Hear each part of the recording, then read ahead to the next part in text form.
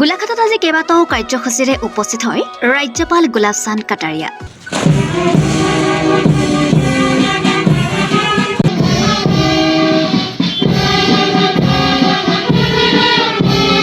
ৰাজ্যপালগৰাকীয়ে প্ৰথমে গোলাঘাটস্থিত বীৰাংগনা সতী সাধনী ৰাজ্যিক বিশ্ববিদ্যালয়ৰ অস্থায়ী চৌহদ গোলাঘাট অভিযান্ত্ৰিক মহাবিদ্যালয়ত ছাত্ৰ ছাত্ৰীসকলৰ লগত ভাৱ বিনিময় কৰে। তাৰ পিছতে ৰাজ্যপালগৰাকীয়ে গোলাঘাটৰ ৰঙাজানলৈ গৈ অভিযান্ত্ৰিক মহাবিদ্যালয়ৰ স্থায়ী চৌহদৰ ভূমি পৰিদৰ্শন কৰে। তাৰ পিছতে ৰাজ্যপালগৰাকীয়ে গোলাঘাটৰ বীৰাংগনা সতী সাধনী কলাক্ষেত্ৰ গোলাঘাটত বীৰাংগনা সতী সাধনী ৰাজ্যিক বিশ্ববিদ্যালয়ৰ স্নাতকোত্তৰ কাৰ্যসূচীৰ উদ্বোধনী অনুষ্ঠান তথা শিক্ষক দিৱস কাৰ্যসূচীত অংশগ্ৰহণ কৰে। উক্ত অনুষ্ঠানতে বীৰাংগনা সতী সাধনী কলাক্ষেত্ৰৰ উপাচাৰ্য ডক্টৰ জ্যোতিপ্ৰসাদ শইকীয়াৰ ১০০তম গ্ৰন্থ যি কথা ক'লে ক'বলৈ মন যায় উন্মোচন কৰে ৰাজ্যপালগৰাকীয়ে।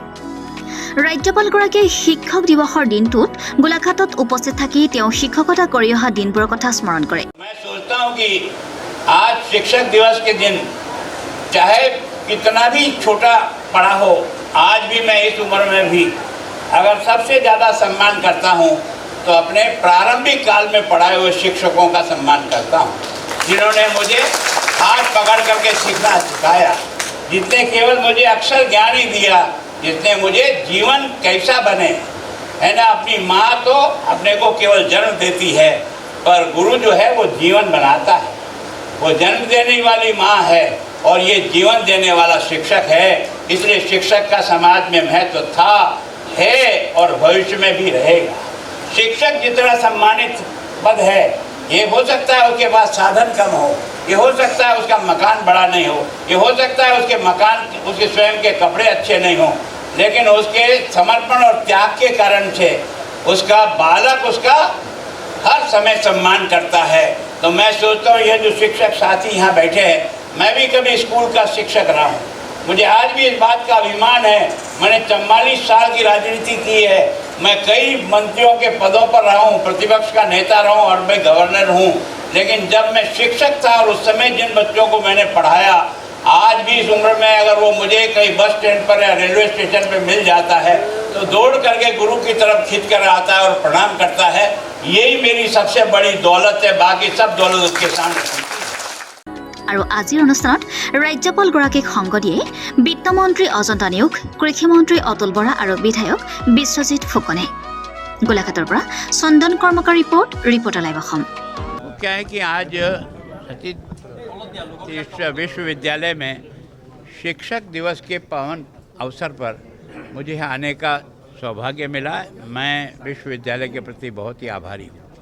फिर इस विश्वविद्यालय का नाम भी उस वीरांगना के नाम से है जिन्होंने अपना जीवन अपने स्वाभिमान और अपने सतीत्व की रक्षा के लिए दिया।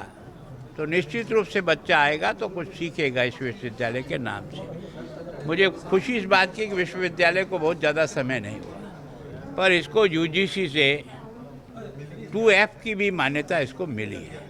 अभी इसकी बिल्डिंग बनने का स्थान भी मैंने देखा है, उसमें भी 65 करोड़ रुपए की स्वीकृति जारी हुई। बिल्डिंग 30 महीने में बनाने की बात वो कह रहे हैं, शायद बनेगी। और जहाँ अभी चल रहा है, जिस इंजीनियरिंग कैंपस में चल रहा है, वहाँ भी इनको पोस्ट ग्रेजुएशन प्रारंभ करने के लिए भी उन्होंने स्वीकृति दी, जगह दी। और आज हमने पोस्ट ग्रेजुएशन की क्लासों का भी शुभारंभ इस अवसर पर किया। आज हमने एक पुस्तक का भी विमोचन किया। तो मैं सोचता हूँ इस देश में अनादिकाल से लेकर आज तक भारत की जो आज इतनी महानता है वो सारी की सारी गुरु कृपा के कारण से है। जिन जिन लोगों ने भी इस भारत का मान और सम्मान बढ़ाया, वो किसी न किसी गुरु के चरणों में रहकर जो कुछ उन्होंने सीखा उसको धरती पर लाने का प्रयास किया। इस विश्वविद्यालय से भी मैंने यही प्रार्थना की है कि केवल पढ़े लिखे आदमी नहीं करना है, तो संस्कारित व्यक्ति पैदा हो जो देश के लिए, समाज के लिए अपने जीवन का कुछ क्षण और शक्ति लगाए। तो यहाँ कुछ ऐसी सर्टिफिकेट कोर्सेज चले जिससे कॉमन आदमी भी अपने जीवन में रोजगार से जुड़ सके। कोई ज़रूरी नहीं है कि वो 10वीं पास हो, 15वीं पास हो, वो भले अनपढ़ भी हो, लेकिन अगर यहाँ से किसी सर्टिफिकेट कोर्स से जुड़ करके वो रोज़गार सीख सके तो वो कोर्स भी हमें चलाना चाहिए। तो उन्होंने कहा हमने कुछ शुरू किया है, कुछ और शुरू करेंगे ताकि गांव का, शहर का, गरीब अमीर जो भी कुछ अपना व्यवसाय स्वयं खड़ा करना चाहे उसको भी कोई न कोई सर्टिफिकेट कोर्स से जोड़े। ৰিপৰ্টাৰ লাইভ অসম।